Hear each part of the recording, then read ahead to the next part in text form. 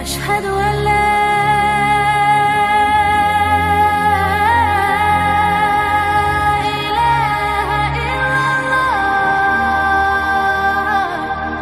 Nabi Allah Yunus alaihi salatu wassalam. Bagaimana kisahnya Nabi Yunus alaihi salatu wassalam, di mana satu-satunya nabi yang seluruh kaumnya beriman, tidak ada yang kufur. Itulah kaumnya Nabi Yunus alaihi salatu wassalam. Padahal kalau umat-umat Nabi itu mesti ada yang beriman, ada yang kufur. Entah satu dua yang kufur mesti ada. Tapi kaumnya Yunus ini semua beriman. Tentu mengimankan hampir 100.000 lebih jiwa itu bukan perkara mudah. Tentu Nabi Yunus alaihi salatu wassalam penuh perjuangan untuk mendakwahkan dakwah tauhid kepada mereka, sehingga diakhiri dengan hidayah Allah subhanahu wa ta'ala masuk ke dada-dada seluruh kaum Nainawa, kaumnya Yunus alaihi salatu wassalam. Nabi Yunus alaihi salatu wassalam disebutkan di dalam Al-Quran itu 6 kali, dan 2 kali disebutkan dengan sifatnya. Pertama disebut dengan Dhunnun, dan yang kedua disebut Sahibul Hud. Nun itu artinya ikan, Hud juga artinya ikan. Adapun nasab beliau, Nabi SAW menyebut dengan sebutan Yunus ibn Matta, dan menjadi khilaf para ulama siapa Matta ini. Ada yang mengatakan Matta itu artinya ibunya. Jadi hanya ada 2 nabi dari seluruh nabi-nabi itu yang dinasabkan kepada ibunya, satu Isa ibnu Maryam, dan yang kedua Yunus ibn Matta. Ini satu pendapat. Tetapi pendapat yang rajih wallahu alam, sebagaimana disebutkan oleh Abul Faraj Al-Imam Ibnu Jauzi rahimahullahu taala, bahwa Matta itu bukan ibunya tetapi bapaknya. Dan Matta sendiri adalah keturunan daripada Ya'qub alaihi salatu wassalam. Berarti Yunus ini adalah nabi dari nabi-nabi Bani Israel. Tapi ada juga yang mengatakan bahwa Yunus ini turunan daripada Binyamin. Binyamin ini saudara daripada Nabi Yusuf yang sekandung. Maka turunannya sampai kepada Nabi Allah Yunus ibn Matta alaihi salam. Adapun tempat diutusnya, Nabi Yunus alaihi salatu wassalam diutus ke sebuah kota namanya Mosul. Sekarang disebut Mosul, bahasa Arabnya disebut Musil. Di situ ada daerah namanya Nainawa. Sekarang menjadi ke gubernuran Nainawa di Irak sana, sebelah timur.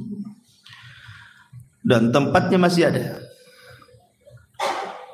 Ada yang mengatakan bahwa ketika itu raja yang berkuasa namanya Yerobeam ibn Yoas. Itu menurut ahli kitab, tapi Quran tidak menyebutkan. Hanya dikirim kepada Nainawa begitu saja dalam hadis Nabi SAW.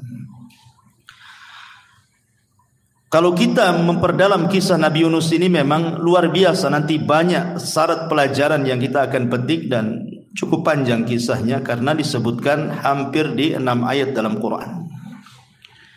Saya akan sebutkan 4 hadis. kemudian beberapa ayat dalam Al-Quran yang berkaitan dengan kisahnya Nabi Yunus. Hadis yang pertama,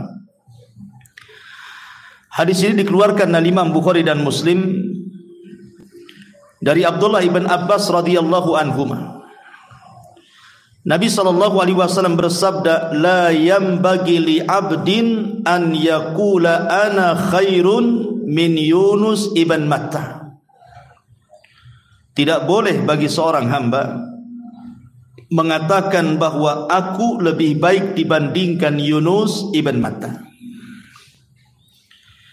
Bahkan dalam riwayat Abu Hurairah yang disahihkan oleh Syekh Nasiruddin Al-Albani rahimahullahu taala, Rasul mengatakan, ana man qala ana khairun min Yunus ibn Matta faqad kadzab.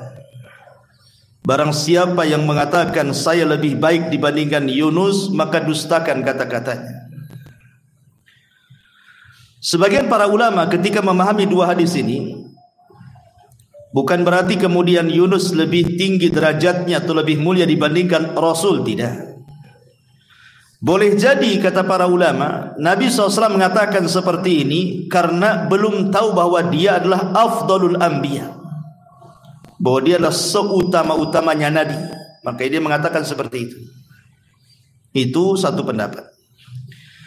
Yang kedua, boleh jadi Rasul SAW mengatakan seperti itu karena tawadhu, karena Nabi SAW merendah dirikan dirinya dan tidak takabur, tidak sombong. Sebagaimana hadis Rasul mengatakan, ana sayyidu waladi ibni Adam yaumal qiyamah wala fakhr. Saya adalah pemimpin bagi seluruh anak-anak Adam dan saya tidak sombong. Artinya mengatakan seperti ini bukan dalam bentuk kesombongan, tetapi karena tawadhu dari sifat-sifat Rasul. Jadi Rasul ketika mengatakan, siapa yang mengatakan saya lebih baik dibandingkan Yunus, dustakan kata-katanya. Ini adalah perkataan bentuk tawadhu'nya Nabi sallallahu alaihi wasallam. Karena kenyataannya tentu Rasul jauh lebih mulia dibandingkan Nabi Yunus, ya. Karena beliau adalah ulul azmi, sayyidul anbiya'i wal mursalin. Adapun hadis yang masyhur yang nomor 2 yang sering didengar, la tufaddiluni ala Yunus ibn Matta, jangan kalian utamakan aku di atas Yunus ibn Matta. Hadis ini dikatakan oleh para ulama la asla lahu, tidak ada asalnya dalam lafaz seperti ini. Tetapi yang betul, yang rajih, yang sahih adalah hadis pertama yang saya tadi baca. Kemudian yang ketiga, disebutkan dalam musnad antara Utsman sedang duduk di masjid menghayal. Kemudian Sa'd bin Abi Waqqas mengucapkan salam, Assalamualaikum ya Utsman. Tapi Utsman tidak jawab. Assalamualaikum ya Utsman. Utsman tidak jawab. Assalamualaikum ya Utsman. Utsman pun tidak jawab. Akhirnya Sa'd bin Abi Waqqas marah, karena menjawab salam itu hukumnya wajib. Dan Rasul pernah mengatakan bahwa salah satu sebab orang itu akan tertanam saling cinta di antara kaum muslimin itu dengan afsyus salam, menyebarkan salam. Artinya ketika kita mengucapkan salam kok tidak dijawab, berarti ada masalah tuh. Ada apa dengan saya? Begitu maksudnya. Makanya kemudian Sa'd bin Abi Waqqas akhirnya melapor kepada Umar ibnil Khattab radhiyallahu anhu bahwa dia tadi ketemu Utsman mengucapkan salam tak mau jawab. Akhirnya kemudian Umar pun memanggil Utsman ibn Affan radhiyallahu anhu. Kemudian Umar pun meninterogasi Utsman dan mengatakan, ya Utsman, tadi saudaramu Sa'd bin Abi Waqqas mengucapkan salam, kenapa kau tak jawab? Maka Utsman ibn Affan radhiyallahu anhu mengatakan, saya tidak tahu, bahkan saya tidak dengar. Kalau saya tahu dan dengar, tidak mungkin saya tidak menjawab salam. Akhirnya kemudian kata Sa'd bin Abi Waqqas, bahkan aku sudah mengucapkan salam tapi kau tak jawab. Utsman membantah lagi, aku tidak dengar. Akhirnya kemudian Umar bin Khattab radhiyallahu an bertanya, Affan radhiyallahu an, dia mengatakan, boleh jadi tadi aku sedang duduk di Masjid Nabawi itu terpikir sebuah hadis Nabi. Jadi dulu aku pernah bersama Nabi sallallahu alaihi wasallam, ketika itu Nabi sallallahu alaihi wasallam mengatakan sesuatu. Kata Nabi sallallahu alaihi wasallam, da'watun nabi, ada doa seorang nabi yang kalau dibaca dalam setiap doa kita pasti mustajab.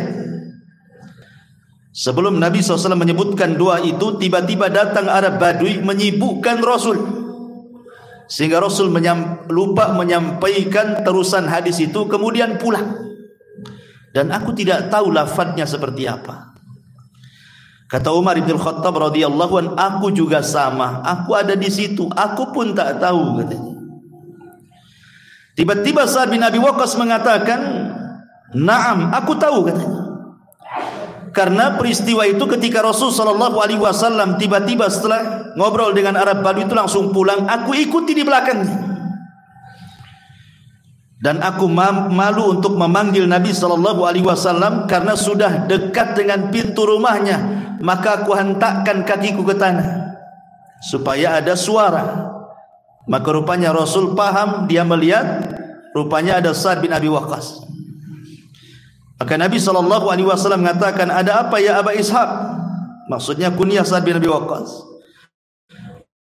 Kemudian dia menceritakan, tadi engkau mengatakan da'watun nabi, ada doa seorang nabi yang kalau dibaca dalam doa-doa kita mustajab. Maksudmu apa wahai Rasul? Maka Nabi SAW kemudian mengatakan, da'watu dhinnuni idh huwa fi batnil huti la ilaha illa anta subhanak inni kuntu minadh dhalimin. Fa innahu lam yada biha muslimun rabbahu fi syai'in qad illa istajaba lahu.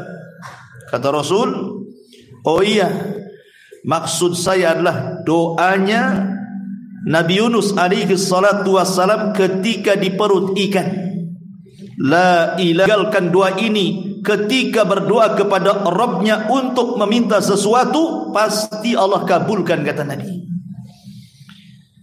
Maka Utsman pun berterima kasih kepada Sa'ad dan juga Amirul Mukminin Umar bin Khattab karena Sa'ad hafal doa itu dari Nabi SAW. Syahidnya di sini apa?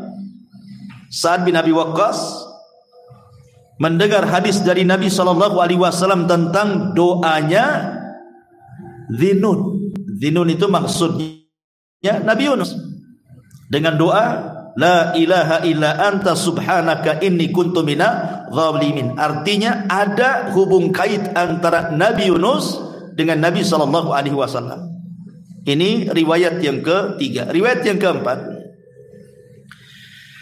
dikisahkan oleh Al-Imam Ibn Hisham di dalam sirahnya. Sirah Ibn Hisham, pakar sejarah. Jadi ketika Nabi SAW tidak bisa lagi berdakwah di Mekah, karena ketika itu Abu Talib sudah meninggal, Khadijah pun juga sudah meninggal, dan tahun meninggal keduanya disebut Amul Hazni, tahun kesedihan. Maka Rasul pun kemudian berusaha berdakwah di tempat lain. Berangkatlah Rasul ke Taif. Rupanya di Taif pun kurang lebih sambutan penduduk Taif juga kurang lebih dengan penduduk Mekah. Mereka pun kasar kepada Rasul. Anak-anak justru menanam duri, perempuan mencaci maki, laki-laki melempar batu, dan begitu seterusnya. Sampai Rasul harus lari 1 mil bersama Zaid ibn Harithah, sebuah kebun kurma. Kebun kurma ini yang punya adalah Utbah dan Syaibah. Rasul istirahat di kebun kurma itu bersama Zaid ibn Harithah dengan luka di badan. Tiba-tiba kemudian Utbah dan Syaibah ini merasa kasihan. Lah Utbah dan Syaibah ini punya budak namanya Addas. Addas ini bukan orang musyrik, dia orang Nasrani. Dia jadi budaknya Utbah dan Syaibah. Jadi Utbah dan Syaibah ini meminta kepada Addas, wahai Addas, saya kasihan dengan orang itu, maksudnya Rasul dan Zaid ibn Harithah, bawakan makanan ini kepada dia. Akhirnya Addas pun membawa makanan dari Utbah dan Syaibah untuk Nabi dan Zaid ibn Harithah. Ketika Nabi SAW memakan makanan itu, tiba-tiba Nabi SAW mengatakan Bismillah, menyebut nama Allah. Kemudian juga mengucapkan salam juga kepada Adas. Adas ini heran, karena setahu dia di Mekah itu tidak ada orang yang membahasakan seperti itu. Semua penyembah berhala, sementara dia kan Nasrani. Sehingga kemudian Adas ini bertanya, bagaimana engkau bisa mengucapkan kalimat itu kepada Rasulullah? Tapi Rasulullah SAW balik tanya kepada Adas, siapa namamu dan dari mana asalmu? Maka Adas mengatakan, saya Adas dan saya dari Nainawa, dari Irak. Ketika Nabi SAW mendengar bahwa Adas itu dari Nainawa, dari Irak, maka Nabi mengatakan, bukankah Nainawa itu adalah tempat akhi saudaraku? Kemudian Rasul mengatakan, dialah tempat saudaraku Yunus ibn Matta. Kagetlah Adas ini, karena Adas ini orang Nasrani. Kisah tentang Yunus itu masyhur di Nainawa sana. Kenapa orang ini tahu kisahnya? Kemudian Rasul menceritakan tentang Nabi Allah Yunus alaihi salatu wassalam di hadapan Adas. Makin takjub lagi Adas. Kemudian Adas mengatakan, kok kamu tahu kisah itu wahai Tuan? Maka Rasul mengatakan, ya, karena saya Nabi dan Yunus ibn Matta saudaraku juga Nabi. Tiba-tiba Adas kemudian memeluk Rasul, mencium kening dan hampir mencium kaki Nabi SAW.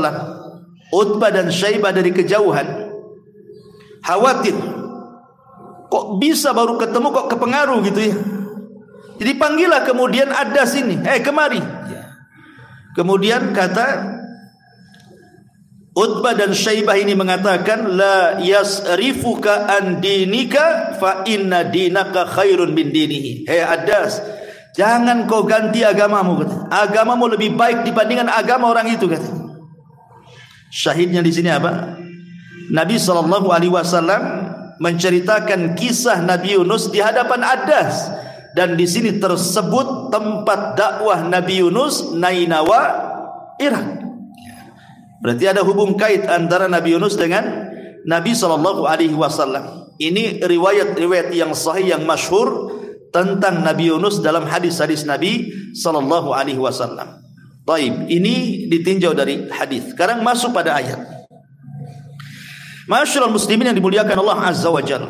Allah Subhanahu wa taala menyebutkan kisah Nabi Yunus ini di beberapa surat dalam Al-Qur'an, di antaranya An-Nisa ayat 163, kemudian Al-Anbiya ayat 87 88, kemudian As-Saffat ayat 139 dan 148, dari 139 dan 148. Kemudian surah Yunus sendiri ayat 98, kemudian Al-Qalam ayat 48 sampai 50, dan yang terakhir surah Al-An'am ayat 84 sampai 86. Inilah 6 surat yang mengkisahkan tentang kisah Nabi Yunus alaihi salatu wassalam. Pertama surah An-Nisa ayat 163. Allah Subhanahu wa taala mengatakan, inna auhayna ilaika kama auhayna ila Nuhin wan nabiyyina min ba'di wa auhayna ila Ibrahim wa Ismail wa Ishaq wa Yaqub wal asbat wa Isa wa Ayyub wa Yunus wa Harun wa Sulaimana wa ataina Dawuda zabura. Sungguh kami telah mewahyukan kepada wahai Muhammad sebagaimana kami telah mewahyukan kepada Nuh dan nabi-nabi setelahnya, dan kami telah mewahyukan pula kepada Ibrahim, Ismail, Ishak, Yaqub dan seluruh cucu-cucunya, Isa, Ayyub, Yunus, Harun, Sulaiman, dan kami telah memberikan kepada Daud 1 kitab Zabur. Perhatikan dalam surah An-Nisa 163 ini, Nabi Yunus alaihi salatu wassalam disebut satu nafas dengan nabi-nabi Bani Israel. Dan saya sudah katakan di mukaddimah, dari sini kita tahu bahwa Nabi Yunus itu satu di antara nabi-nabi Bani Israel.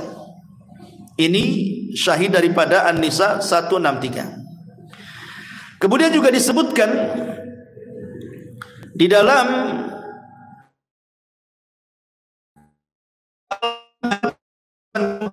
sampai 80.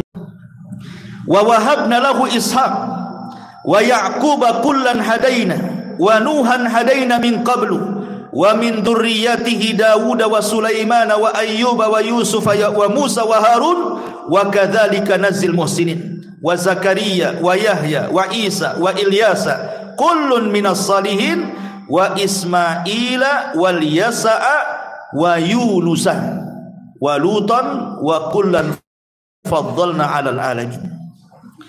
Dan kami telah menganugerahkan Ishak dan Yakub kepadanya. Kepada keduanya masing-masing telah kami berikan petunjuk. Dan kepada Nuh sebelum itu juga telah kami berikan petunjuk. Dan kepada sebagian dari keturunan Nuh, yaitu Dawud, Sulaiman, Ayyub, Yusuf, Musa dan Harun. Demikian pula kami memberikan balasan kepada orang-orang yang berbuat baik. Dan Zakaria, Yahya, Isa, Ilyas, semuanya termasuk orang-orang soleh. Dan Ismail, kemudian Al-Yasa, dan juga Yunus serta Lut, masing-masing kami lebihkan derajatnya di atas umat di masanya. Di sini pun tersebut kalimat Yunus dan dimasukkan dalam deretan nabi-nabi Bani Israel. Baik, adapun kisah yang lengkap, langsung kita masuk kepada kisah yang lengkap, adalah disebutkan di dua surat dalam Al-Quran. Pertama surah As-Saffat dan yang kedua surah Al-Anbiya. Kita masuk pada surah Al-Anbiya ayat 87 sampai 88. Disinilah dimulai kisahnya Nabi Yunus.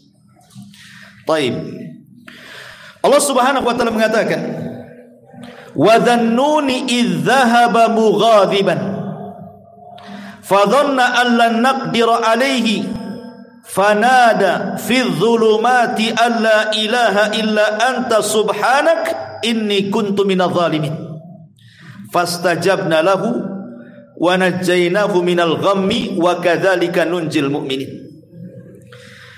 Dan ingatlah kisah Dhunnun. Dhunnun maksudnya pemilik ikan. Dhu itu pemilik, nun itu artinya ikan. Tapi yang dimaksud di sini adalah Yunus alaihi salatu wassalam, sebutannya adalah Dhunnun. Ketika dia pergi dalam keadaan marah, lalu dia menyangka bahwa kami tidak akan menyulitkan kehidupannya, maka dia berdoa dalam keadaan yang sangat gelap. Tidak ada Tuhan selain Engkau, Maha Suci Engkau, sungguh aku termasuk orang-orang yang zalim. Maka kami kabulkan doanya dan kami selamatkan dia dari kedukaan, dan demikianlah kami menyelamatkan orang-orang yang beriman. Kemudian lanjutannya dalam surah As-Saffat, wa inna Yunusa laminal mursalin idh abaqa ilal fulqil mashhun fasahama fakana minal mudhadin faltaqamahul hud wa huwa mulim falaula annahu kana minal musabbihina la labitha fi batnihi ila yaumi yub'atsun fanabadnahu bil ara wa huwa sakin wa ambatna alayhi syajaratan min yaqtin wa arsalnahu ila mi'ati alfin aw yazidun fa amanu famatta'nahum ilahin. Dan sungguh Yunus benar-benar termasuk salah seorang rasul. Ingat, ketika dia lari dari kaumnya menuju kapal yang penuh muatan, kemudian dia ikut diundi, ternyata dia termasuk orang-orang yang kalah undian, maka dia ditelan oleh ikan besar dalam keadaan tercela. Maka sekiranya dia tidak termasuk orang-orang yang bertasbih kepada Allah, niscaya dia akan tetap tinggal di perut ikan itu sampai hari dibangkitkan. Kemudian kami lemparkan dia ke daratan yang tandus, sedang dia dalam keadaan sakit. Kemudian untuk dia kami tumbuhkan sebatang pohon dari jenis labu, dan kami utus dia kepada 100.000 orang atau lebih, lalu mereka beriman. Karena itu kami anugerahkan kenikmatan hidup kepada mereka hingga waktu yang ditentukan. Ma'asyiral muslimin yang dimuliakan Allah Subhanahu wa taala, kita tahu bahwa Nabi Yunus alaihi salatu wasallam, dari ayat-ayat dan hadis-hadis yang kita baca tadi, Nabi Yunus diutus ke kaum yang disebut dengan Nainawa. Di mana Nainawa? Di Musil. Di mana Musil? Di Irak. Berapa jumlah kaum yang diutus Allah Yunus kepada mereka? Allah mengatakan 100.000 lebih. Itu jumlah kaumnya Nabi Yunus alaihi salatu wassalam, mi'atu alfin au yazidun, 100.000 atau lebih dari itu. Ada orang yang kemudian hendak membuat syubhat dalam Quran dan mengatakan, masa Allah tidak tahu jumlah umatnya Nabi Yunus sehingga kesannya Allah mengira-ngira? Kenapa Allah tidak mengatakan 100.000 20 atau 100.000 30, kan jelas gitu ya. Ini kalimatnya 100.000 atau lebih. Lah lebihnya berapa? Masa Allah tidak tahu katanya? Kita katakan bahwa ini hendak membuat syubhat dalam Quran. Kalimat au di sini ada dua penafsiran para ulama. Segi pandangan orang melihat ketika kerumunan orang, kan tidak bisa dipastikan. Oh, kira-kira sekian. Ini satu penafsiran. Penafsiran yang kedua, maksud au di sini artinya bal. Bal itu artinya bahkan dalam bahasa kitanya. Jadi 100.000 bahkan lebih, gitu maksudnya. Ada yang mengatakan lebihnya itu maksudnya 20.000. Ada juga yang mengatakan 30.000. Ada yang mengatakan 40.000. Jadi umatnya Nabi Yunus itu 120.000. Ada yang mengatakan 130.000. Ada yang mengatakan 140.000 umat. Lah Yunus diutus kepada umat sebanyak itu. Tidak ada nabi sebelum Nabi SAW yang diutus kepada umat sebanyak umatnya Yunus alaihi salatu wassalam. Tetapi semua para nabi diutus kepada kaumnya itu dalam rangka berdakwah tauhid, mesti ada yang mengingkari. Subhanallah, kata para ulama sejarah, ketika Nabi Yunus alaihi salatu wassalam berusaha mendakwahkan dakwah tauhid, rupanya tidak ada yang beriman kecuali 2 orang. Padahal Nabi Yunus itu berdakwah selama 33 tahun. Bukan waktu yang singkat 33 tahun itu. Tapi yang masuk Islam cuma 2. Makanya Allah Subhanahu wa taala mengatakan di dalam Al-Qur'anul Karim tentang kisah-kisah Bani Israel, fariqan kadzabtum wa fariqan taqtulun. Ada sebagian umat itu yang mendustakan nabi-nabinya, ada sebagian umat itu yang lebih daripada itu membunuh para nabinya. Lah umatnya Yunus ini mereka mendustakan dakwahnya Nabi Yunus alaihi salatu wassalam, hanya 2 orang yang beriman. Padahal tabiat nabi itu ikhwan tidak diutus dari luar daerah. Pamannya lahir di Batam diutus di Jawa, enggak. Atau lahir di Medan diutus di Batam, tidak. Semua para nabi itu diambil dari kaumnya. Dan itu disyaratkan dalam Al-Quran surah An-Nahl ayat 89. Allah mengatakan, wa yauma nab'atsu fi kulli ummatin syahidan 'alaihim min anfusihim wa ji'na bika syahidan 'ala haula. Allah mengatakan, dan kami utus pada tiap-tiap umat ini saksi atas mereka dari kaumnya sendiri. Sebagaimana Nabi SAW lahir di Arab, maka dia berdakwah untuk bangsa Arab kala itu, tapi ajarannya untuk seluruh manusia. Maka Yunus pun itu lahir dari Nainawa, Untuk apa coba? Supaya orang-orang Nainawa Irak itu tahu dari mulai bayinya, remajanya, dewasanya sampai diangkat jadi nabi, bagaimana akhlaknya, bagaimana karakternya, bagaimana kehidupannya. Dan pasti Allah sudah mempersiapkan Yunus itu sebaik mungkin karena akan menjadi seorang nabi, sehingga tidak dicela kaumnya.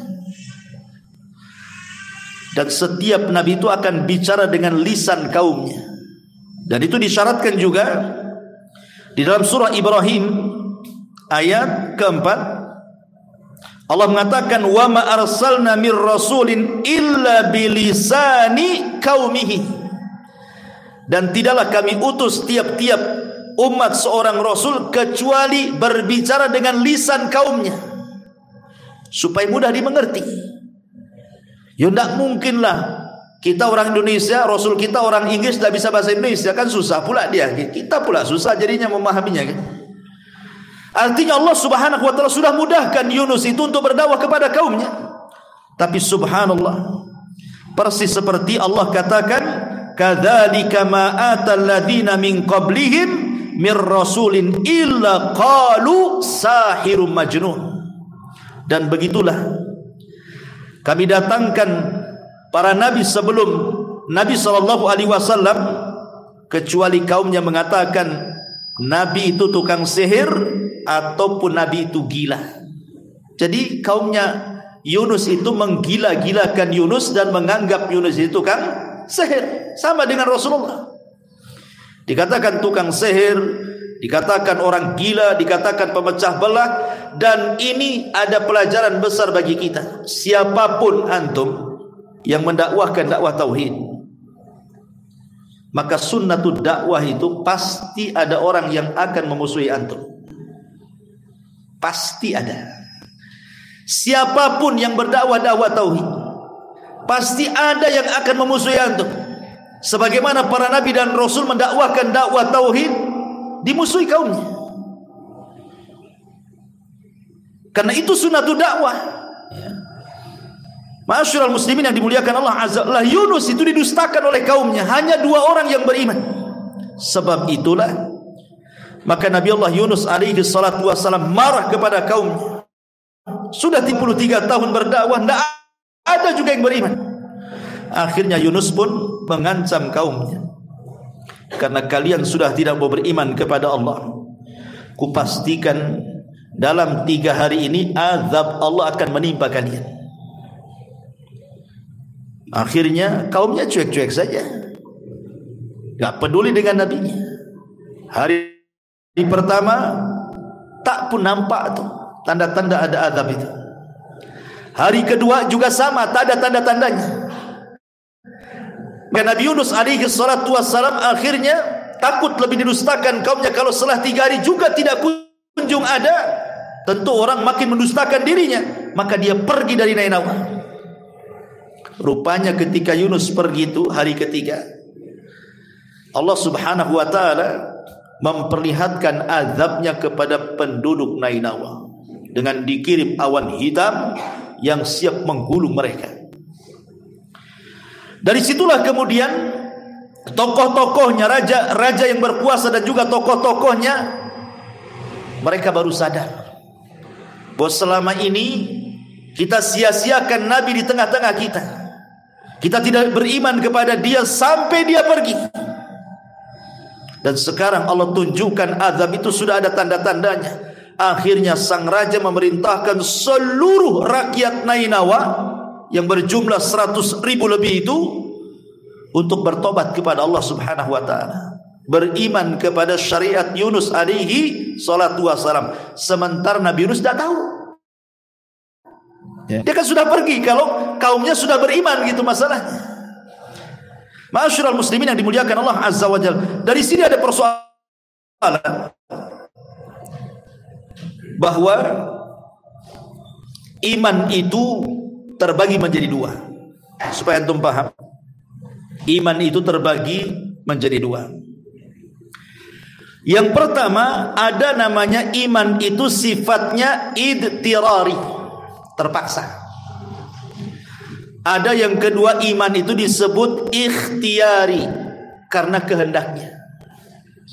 Ada orang yang dipaksa beriman, ada yang karena kehendaknya beriman.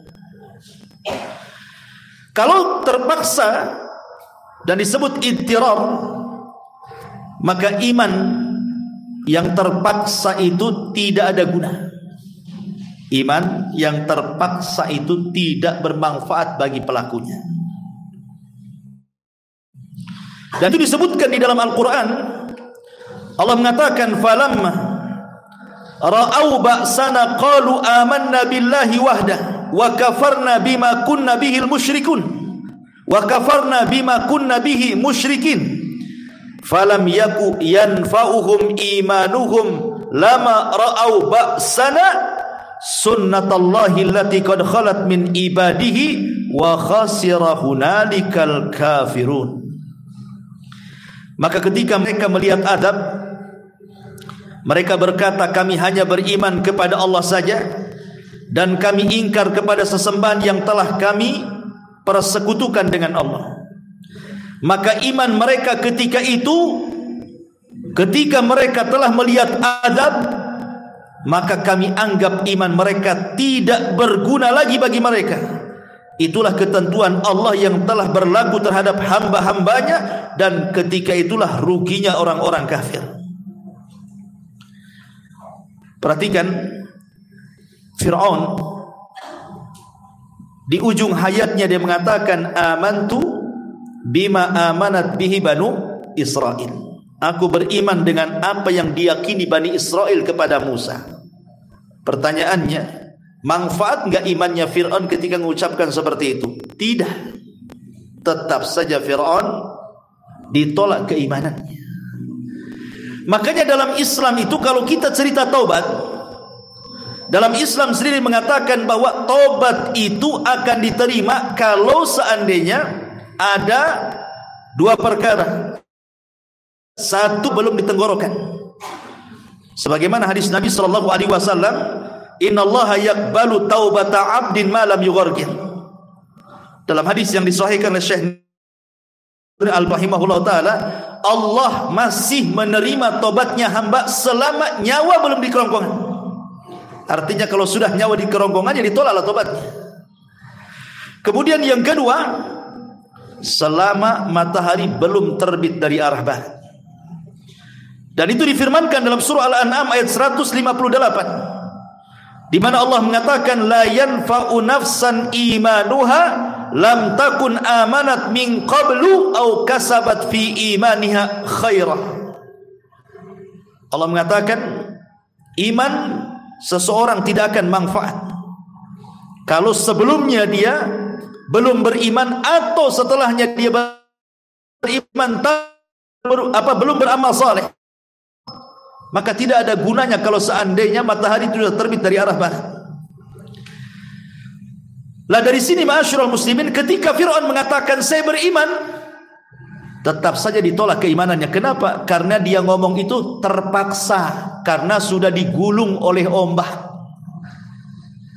Sekarang pertanyaannya, kenapa kaum Nainawa diterima imannya? Sehingga ketika kemudian mereka bertobat semuanya, padahal azab sudah di atas kepala mereka. Lalu apa bedanya dengan Fir'aun? Tetapi Fir'aun tidak diselamatkan, tetap ditenggelamkan. Kalau kaum Nainawa ini disingkap azabnya, dihilangkan azabnya, kemudian mereka beriman semuanya, bertobat semuanya. Kata para ulama, karena imannya Fir'aun itu idtirari, terpaksa, karena sudah digulung azab, terpaksa lah beriman. Kalau kaumnya Yunus itu ikhtiari, karena keinginan mereka, mereka nyesal. Bukti penyesalan mereka adalah ketika Nabi Yunus pergi, kemudian azab Allah sudah di atas kepala mereka, mereka keluar semuanya seperti orang yang hendak istisqa. Keluar semuanya, anak-anak, laki-laki, perempuan, bawa binatang lagi.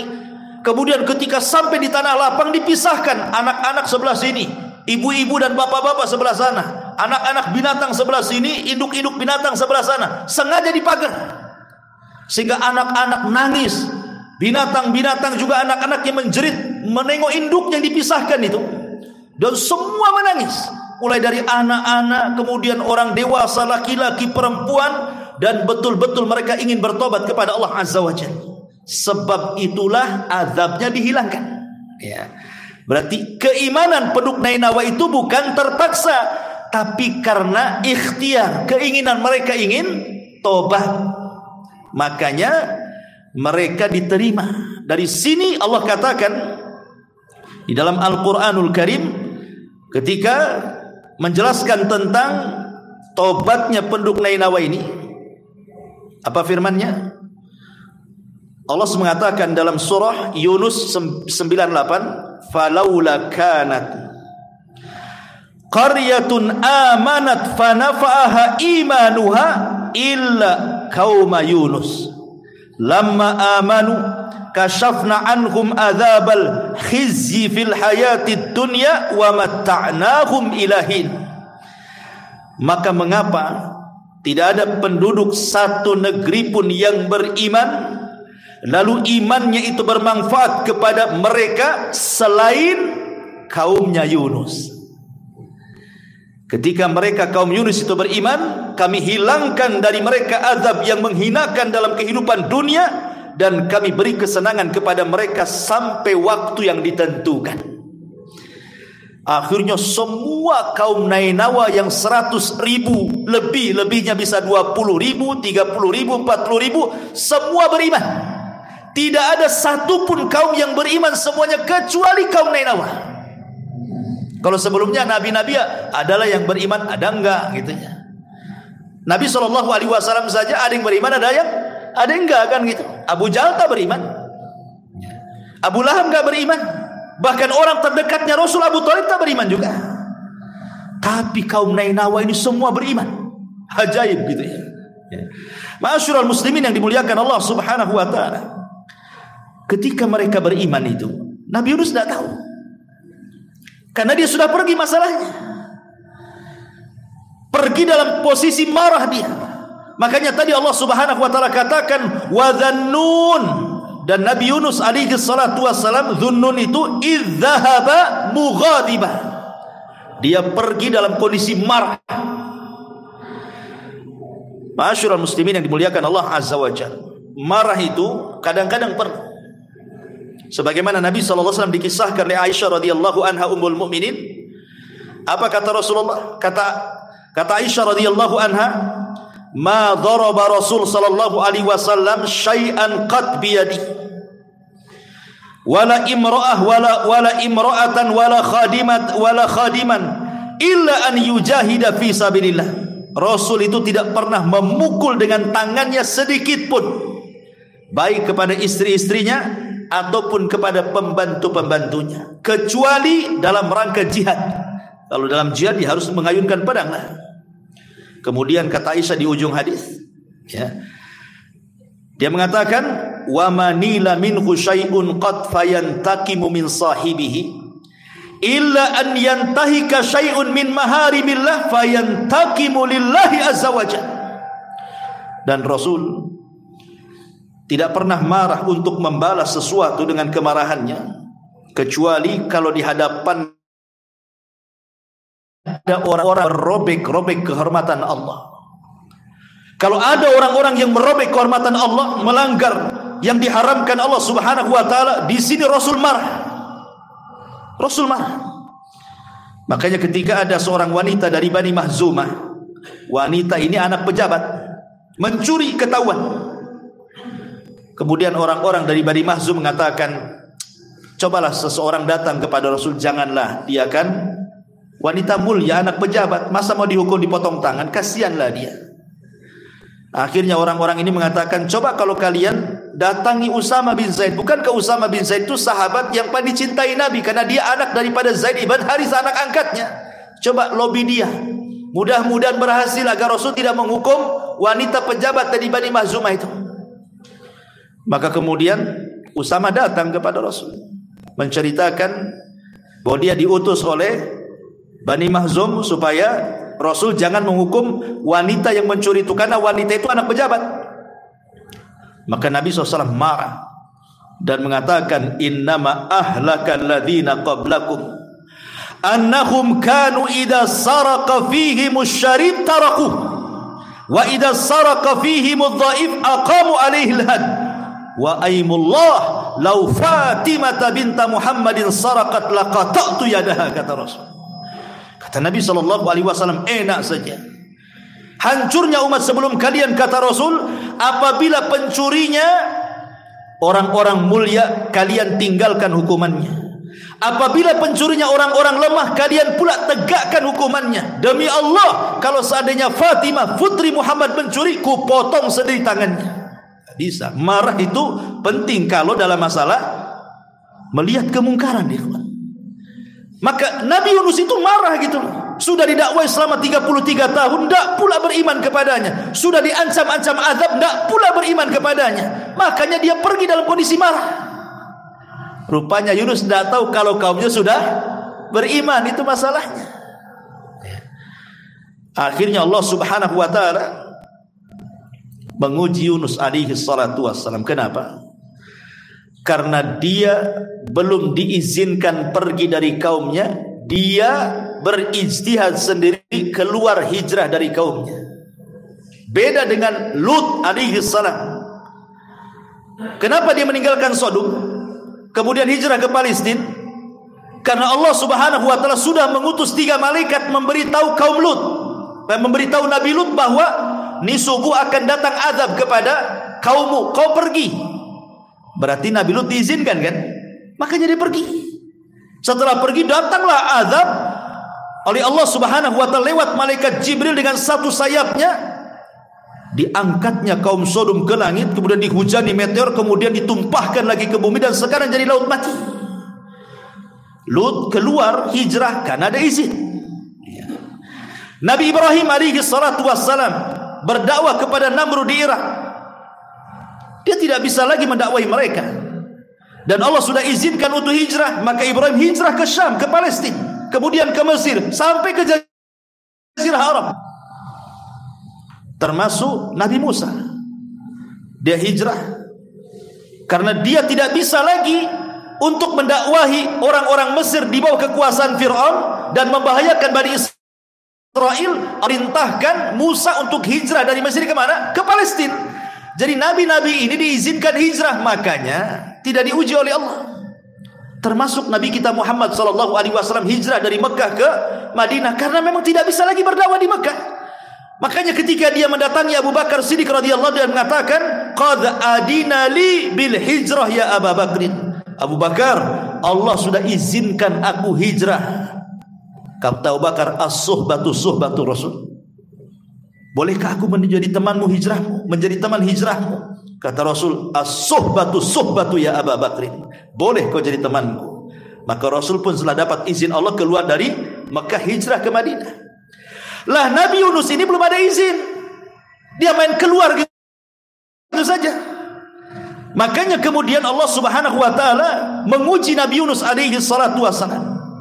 Akhirnya Nabi Yunus alaihi salatu wassalam pun diuji dengan ujian yang cukup berat oleh Allah Subhanahu wa taala ketika dia meninggalkan kaumnya dan hendak menyeberang lautan. Maka dia melihat ada kapal penuh dengan muatan dan penuh dengan penumpang juga. Akhirnya Nabi Yunus alaihi salatu wassalam naiklah ke kapal tersebut. Naik ke kapal tersebut.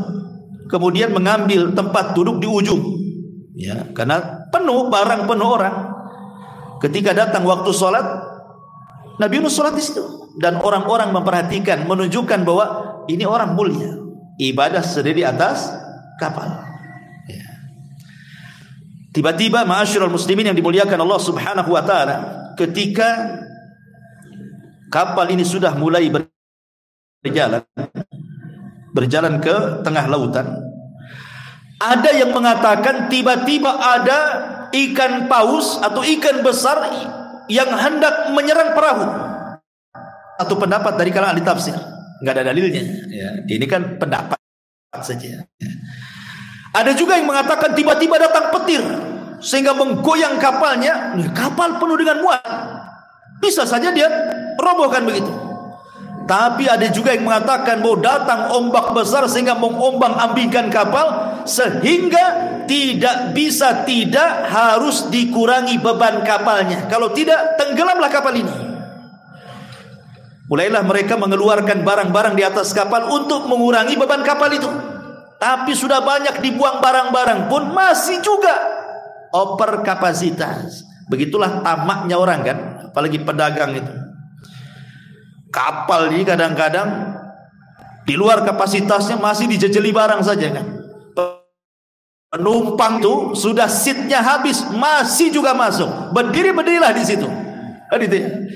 Kalau saya lihat di India itu kereta itu, masya Allah, perasaan itu yang duduk di atas kereta itu tidak lebih banyak daripada di atas keretanya. Makin banyak penumpang di atas keretanya. Ma'asyiral muslimin yang dimuliakan Allah Azza wa Jalla. Akhirnya kemudian orang-orang pun berpikir, ini harus ada yang dikorbankan di antara kita. Tidak mungkinlah kita ini tenggelam rame-rame di sini. Kemudian dimintai kesepakatan semua orang yang dalam kapal itu, bagaimana kalau kita buat undian qara. Akhirnya kemudian sepakat mau tidak mau yang terkena undian, karena sudah kesepakatan harus loncat. Mulailah kemudian diundi satu persatu. Siapa? Bang Karim, loncat. Siapa lagi? Siapa lagi? Loncat. Terakhir pula nama Yunus keluar. Orang-orang sebagian tafsir mengatakan tidak mau Yunus itu meloncat. Kenapa? Karena ada orang yang tahu di kapal itu bahwa dia seorang nabi. Jangan dia, yang lain saja katanya. Atau ada juga yang berpendapat bahwa tidak ada yang tahu tetapi dia orang asing. Tapi karena ketika dia masuk perahu dia sholat, berarti dia bukan orang jahat, dia orang baik-baik, orang mulia. Dan mereka sangat menghargai orang asing, sehingga mereka mengatakan, oh jangan, ini kan bukan orang sini katanya. Kita undi orang-orang kita saja katanya. Akhirnya diundi ulang, Yunus lagi keluar. Terpaksalah kemudian Nabi Yunus alaihi salatu wassalam harus keluar dari kapal itu. Ma'asyiral muslimin yang dimuliakan Allah Subhanahu wa taala. Ada yang mengatakan bahwa kenapa alasan kemudian Nabi Yunus alaihi salatu wassalam diberikan bala oleh Allah seperti itu. Tadi kita sudah sebutkan satu alasannya. Karena Yunus meninggalkan kaumnya tanpa izin dari Allah Subhanahu wa taala, sehingga dia harus masuk ke dalam perut ikan. Tapi ada juga yang mengatakan bahwa Allah ingin pertunjukkan ketika Yunus melemparkan dirinya ke dalam perut ikan, bahwa dia ada seorang nabi, memiliki mukjizat, bahwa dia tidak akan apa-apa dengan perut ikan itu. Dengan diambil oleh ikan itu nggak akan mati dia, dan itu bentuk mukjizatnya. Ada juga yang mengatakan Allah ingin memberitahu tentang kudrah dan iradahnya, kebesaran Allah Subhanahu wa taala. Allah mampu mengutus ikan besar, kemudian melahap Nabi Yunus, kemudian mengeluarkan kembali dan tidak ada cacat sedikit pun, tetap hidup dan sehat bugar gitu ya. Ada juga yang mengatakan Allah hendak mentarbiyah Nabi Yunus supaya makin kokoh lagi dengan keimanannya, sehingga harus diuji dulu. Dan ujiannya adalah dengan cara ditelan ikan tadi. Akhirnya kemudian ketika Nabi Yunus melemparkan dirinya dari perahu itu, rupanya Allah sudah siapkan ikan besar, kemudian mencaplok Nabi Yunus. Tapi Allah katakan kepada ikan itu, ikan, kau tidak boleh memakan dagingnya dan tidak boleh merontokkan tulangnya, dan itu bukan rizkimu. Sehingga ikan itu hanya menelan saja. Karena Allah sudah perintahkan, jangan memakan dagingnya, jangan merontokkan tulangnya, dan itu bukan rizkimu. Ya ditelan gitu saja. Bahkan ada sebagian ahli tafsir mengatakan ikan yang makan Nabi Yunus dimakan ikan lebih besar lagi. Ikan dalam ikan lagi. Bayangkan. Jadi ikan ini makan Nabi Yunus, datang lagi ikan, dicaplok lagi ikan yang makan ikan Nabi Yunus itu. Dari sinilah kenapa Allah Subhanahu wa taala mengatakan wa nada fi dhulumat, pakai jamak. Dan Nabi Yunus berdoa kepada Allah dalam kegelapan-kegelapan. Zulumat jamak artinya Yunus masuk dalam 3 kegelapan. Kegelapan di perut ikan, kegelapan di dasar laut, kegelapan di tengah malam. Masuk ikan itu ke dalam dasar bumi, ke dalam dasar lautan itu. Ma'asyiral muslimin yang dimuliakan Allah Azza wa Jalla, berapa lama Yunus ini di perut ikan itu, dan apa yang dimakan sehingga dia tidak mati di dalamnya?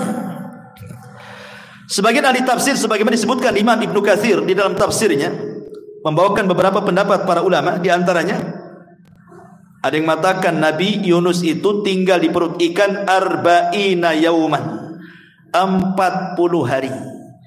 Dan ini pendapat Sa'id ibn Abil Hasan al-Basri. Kemudian yang kedua, ada juga yang mengatakan sab'ata ayamin wa qila thalathata ayam. Ada yang mengatakan tidak sampai 40 hari. Nabi Yunus itu hanya 7 hari atau 3 hari. Dan ini pendapat Imam Atha dari Ja'far As-Sadiq. Ada juga yang mengatakan Nabi Yunus alaihi salam itu di perut ikan, dia masuk di waktu duha, ditelan di waktu duha gitu ya. Kemudian di waktu ketika tenggelam matahari dilepehkan sama ikan. Jadi hanya 1 hari saja, tidak sampai 40 hari, apalagi 7 ataupun 3 hari, cuma sehari saja. Wallahu alam, tidak ada dalil yang jelas masalah ini, kan ijtihad. Tetapi yang masyhur dari kalangan para ulama hanya 2 pendapat. Dimakan di waktu duha, dilepehkan di sore hari, dan juga pendapat yang mengatakan 3 hari di perut ikan. Itu yang masyhur. Ya, di perut ikan itu 3 hari. Lalu apa yang dimakan? 3 hari pun kalau di perut ikan dasar lautan, kalau tidak makan ya gemetar juga lah kita. 1 hari antum tak makan ya gemetar. Makan makanan yang dimakan ikan yang dalam perutnya ya nggak ada cerita juga gitu. Artinya wallahu alam, yang jelas Allah buat Nabi Yunus itu hidup di dalam perut ikan. Bahkan ketika Nabi Yunus alaihi salatu wasallam di perut ikan itu, dia sadar dia itu hamba Allah yang sudah bermaksiat kepada Allah Azza wa Jalla. Akhirnya ketika dalam perut ikan itu, dia berjanji dalam perut ikan itu dia akan membuat tempat khusus untuk sujud, buat masjid dalam perut ikan itu. Dan dia mengatakan, aku akan jadikan perut ikan sebagai masjidku, sehingga tidak ada manusia yang pernah sujud di dasar lautan kecuali aku, katanya. Maka Nabi Yunus pun kemudian bertasbih dalam perut ikan. Makna tasbih itu artinya sholat. Nabi Yunus itu sholat di perut ikan. Kenapa? Nabi SAW dikisahkan oleh Jabir bin Abdullah radhiyallahu anhu.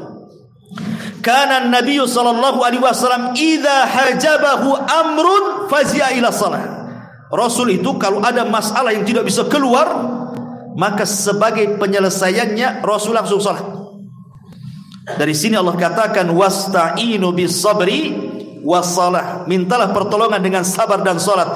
Artinya kalau antum ada masalah, dan semua kita pasti ada masalah, maka minta masalah ini diselesaikan oleh Allah Azza wa Jalla. Karena dia yang mengirim masalah, dia yang akan mengurai masalah. Caranya gimana? Sholat. Berdoa dalam sholat agar masalah kita cepat diselesaikan. Itu yang dilakukan Nabi Yunus alaihi salatu wasallam dalam kegelapan. Maka Yunus alaihi salatu wasallam di dalam 3 kegelapan itu, dia berusaha meminta pertolongan kepada Allah Azza wa Jalla dengan cara apa? Bertasbih. Awalnya Yunus ini ragu-ragu, mungkinkah Allah mendengar tasbih dia sementara dia berada di perut ikan di dasar lautan di tengah malam? Tapi Allah perdengarkan tiba-tiba tasbihnya penduduk laut yang ada di dasar laut. Tiba-tiba Yunus mendengar tasbihnya batu, tasbihnya ikan, macam-macam bertasbih. Dari sayup-sayup kedengaran orang ada makhluk yang bertasbih.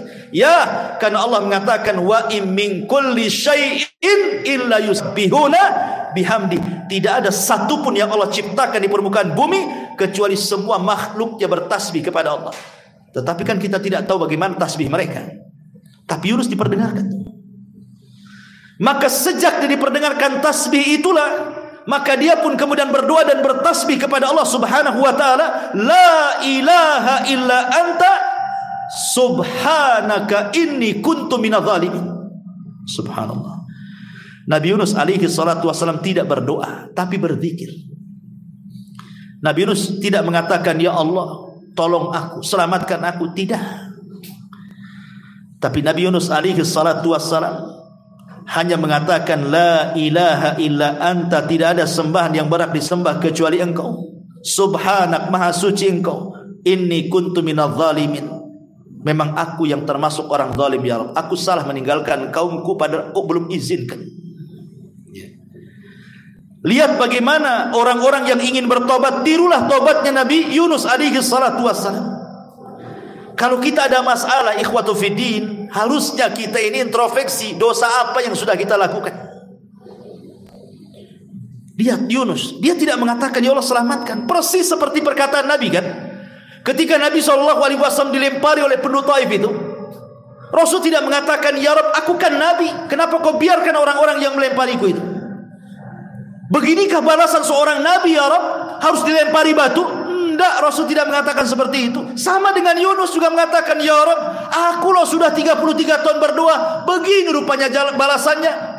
Kau telankan aku di perut ikan. Tidak juga Yunus mengatakan seperti itu. Tetapi dua nabi yang mulia ini Rasul mengatakan hanya innama ashku dha'fa quwwati. Ya Allah, hanya aku menjadikan kau aduanku dalam setiap kelemahanku. Kemudian Rasul mengatakan illam takun alayya sakhatun fala ubali. Kalau orang-orang Taif yang melempari aku itu bukan bentuk azabmu, aku enggak peduli ya Rabb. Mereka mau melempari, mau mencaci maki, terserah. Yang jelas itu bukan azab yang kau kirimkan. Maka harusnya seperti itu. Jadi tidak ada mengeluh dalam kehidupan ini kan. Jadi kalau ada masalah cepat mengadu kepada Allah. Kalau ada masalah cepat mengadu kepada Allah. Ini kalau ada masalah, Masya Allah, tasakhut. Allah pula bukan jadi tempat aduan, Allah pula menjadi tempat sasaran celaan orang itu. Si aku aja ya Rabb yang miskin itu. Kok si fulan pula tak miskin-miskin katanya. Si anakku saja yang sakit, kenapa anak orang itu sehat-sehat katanya. Allah pula jadi sasaran. Objek celaan kita yang mendapatkan ujian, padahal ujian itu untuk mengangkat derajat kita sebenarnya kalau orang itu paham. Lah Nabi Yunus ini mengajarkan sebuah pelajaran luar biasa juga. Apa itu? Man istajala qabla awanih uqiba bihirmani. Barang siapa yang bersegera untuk mendapatkan sesuatu belum waktunya, maka Allah akan hukum dengan diharamkan keinginannya. Contoh, anak ingin dapat waris orang tuanya. Lama kali bapak ini mati nih. Kasihlah racun di kopinya. Mati bapaknya. Dapat waris? Tidak. Karena kaidahnya siapa yang bersegera ingin mendapatkan sesuatu belum waktunya, justru diharamkan keinginannya. Warisnya haram selamanya. Gak dapat dia. Contoh yang kedua. Ada orang ngebet ingin kawin. Nampak nih wanita yang saya cintai dah cerai sama suaminya nih. Ini kesempatan lagi. Saya lamar dia. Tapi wanita itu kan baru diceraikan, belum habis masa idah. Harusnya tunggu dulu masa idahnya, baru nikahi. Ini enggak, karena sudah ngebet. Udah cerai belum? Udah bang 2 hari. Besok kita kawin katanya. Kawin, justru tidak sah perkawinannya. Kenapa? Karena dia menikah di waktu wanita itu belum keluar idahnya. Berarti hukumannya apa? Ketika dia nekat nikah, maka selamanya diharamkan wanita di sampai kiamat. Kenapa? Man istajala qabla awanih uqiba bihirmani. Kalau tergesa-gesa ingin mendapatkan sesuatu belum waktunya, justru diharamkan keinginannya.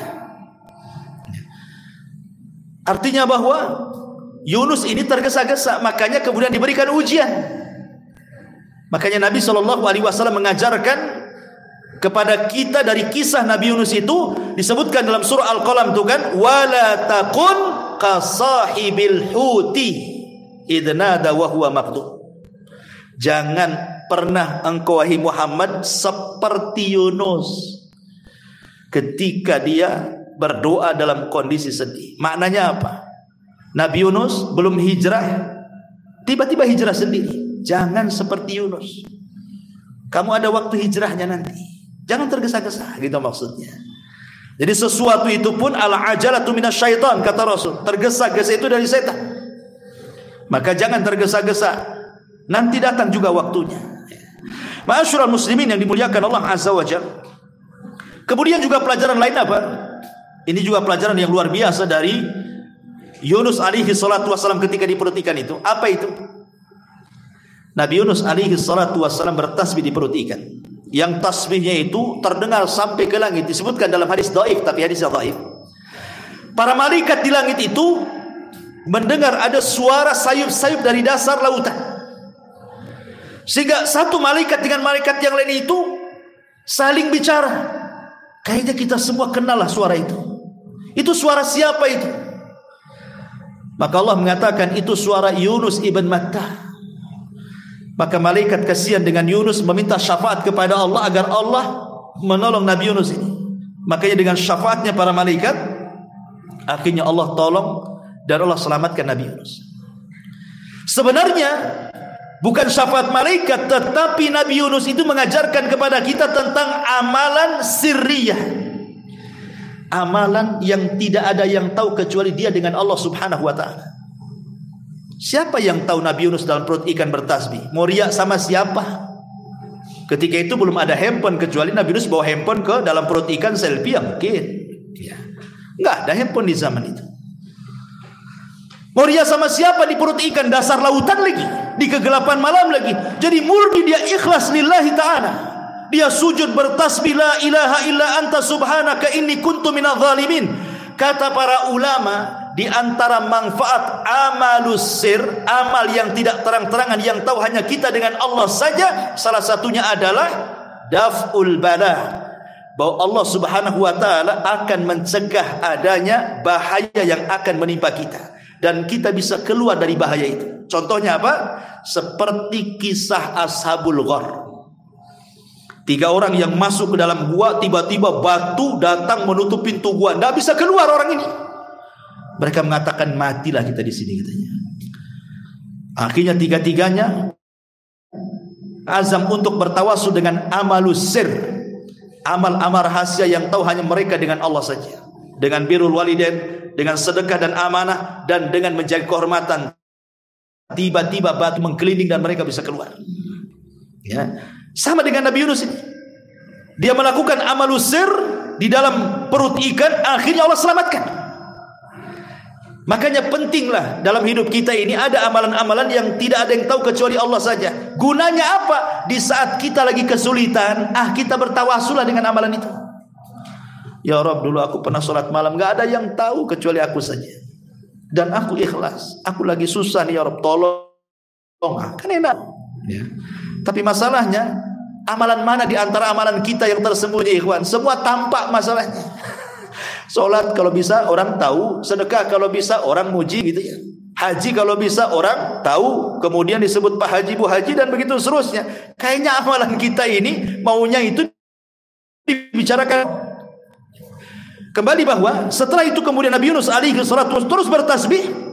Akhirnya Allah katakan, faltaqamahul hut wa huwa mulim falaula annahu kana minal musabbihin la labisa fi batnihi ila yaumi yub'atsun.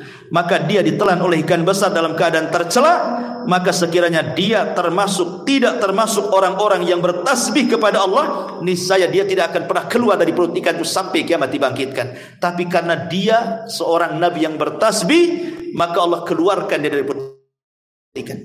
Ikan naik ke atas, dilepehkan Nabi Yunus. Di mana coba? Di tanah tandus. Di tanah tandus, nggak ada apa-apa di situ. Nggak ada pohon, nggak ada binatang, nggak ada makanan, nggak ada minuman. Padang tandus, padang pasir. Dilepehkan di situ. Ada yang mengatakan kondisi itu seperti bayi baru dilahirkan itu. Lemes. Ya. Akhirnya Allah Subhanahu wa ta'ala disebutkan dalam ayat selanjutnya, Allah tumbuhkan satu tumbuhan. Apa itu? Fanabadnahu bil ara wa huwa Fa'ambatna alaihi syajaratan min yaqtin, dan kami tumbuhkan untuk dia sebatang pohon dari jenis labu. Jadi ketika dilepehkan, kan masih lemas dia. Tiba-tiba Allah tumbuhkan satu tumbuhan di dekat kepalanya. Kemudian tumbuhan itu menutupi wajahnya, menutupi badannya itu. Tiba-tiba cepat aja dia tumbuh. Daunnya membesar, kemudian langsung berbuah. Enak tuh kalau kita punya biji labu, ya kan? Pagi tanam, sore panen. Nah, tapi kan tak ada. Ya, ini kan cerita-cerita mukjizat, ya kan? Atau nanam pohon mangga, pagi tanam peloknya, besok pula dah panen. Mangga ajaib itu. Ya. Lah Yunus diletakkan pohon labu. Sedikit faedah labu kata para ulama. Labu ini ad-dawa wasyifa wal ghada. Buah-buahan sejenis labu itu dikatakan oleh para ulama, dia adalah ad-dawa, bisa jadi obat. Asyifa bisa jadi stamina kesehatan, al-ghada bisa jadi makanan. Dan Nabi SAW sangat mencintai labu. Sebutkan dalam hadis, kana Nabi SAW yuhibbuhu wa yaqul innaha syajaratu akhi Yunus. Nabi itu suka makan labu dan dia katakan inilah makanan saudaraku Yunus. Bahkan Anas bin Malik radhiyallahu mengatakan, suatu ketika aku diundang makan bersama Nabi SAW. Tiba-tiba Rasul dalam makanan itu, dalam lauknya mencari-cari lauk labu. Dan Anas memperhatikan, ya, rupanya Rasul suka labu. Sejak itulah kata Anas, aku disukakan labu karena Rasul suka dengan labu. Gak tahu antum suka labu atau enggak nih? Nabi suka. Kenapa? Ada yang mengatakan bahwa labu ini bermanfaat. Kalau di Arab sana, Rasul itu selalu mencampurkan makanan labu dengan kurma. Jadi makan bareng-bareng tuh, labu, kurma langsung dimakan. Kenapa? Karena kurma itu membawa panas, labu itu membawa dingin. Jadi kalau makan kurma terus-terusan di musim panas, tensi darah naik. Tapi kalau makan labu terus-terusan di musim dingin, tensi darah merendah. Bisa darah rendah, datang penyakit darah rendah akhirnya. Ketika mencampurkan yang panas dan dingin, stabilah itu tekan darah itu. Itu dari segi kesehatan. Lah kenapa kemudian labu itu dikatakan oleh para ulama asyifa wad dawa wal ghada? Dia obat, stamina dan makanan. Itu pula yang ditumbuhkan di samping Nabi Yunus itu. Makan labu dia. Makanya setelah makan ada tenaga. Ketika itulah maka Nabi Yunus alaihi salatu wassalam, pertama dia berjumpa dengan penggembala kambing. Kemudian dia cerita, akhirnya penggembala kambing ini menceritakan tentang kisah Nainawa, bahwa mereka sudah beriman semuanya. Senanglah Yunus. Maka Yunus pun kemudian kembali ke Nainawa, terus mengokohkan keimanan Nainawa yang jumlahnya 100.000. Ada yang mengatakan 100.000 dan bahkan lebih-lebihnya bisa 20.000, 30.000, 40.000. Semua beriman kepada Allah, dan Allah berikan nikmat yang melimpah kepada kaum Nainawa kala itu. Sampai akhirnya Allah takdirkan Nabi Yunus meninggal dunia. Tetapi ya, yang namanya kaum-kaum dulu diceritakan dalam Al-Quran, setelah meninggal nabinya, sedikit demi sedikit mereka pun kufur kepada Allah Subhanahu wa ta'ala.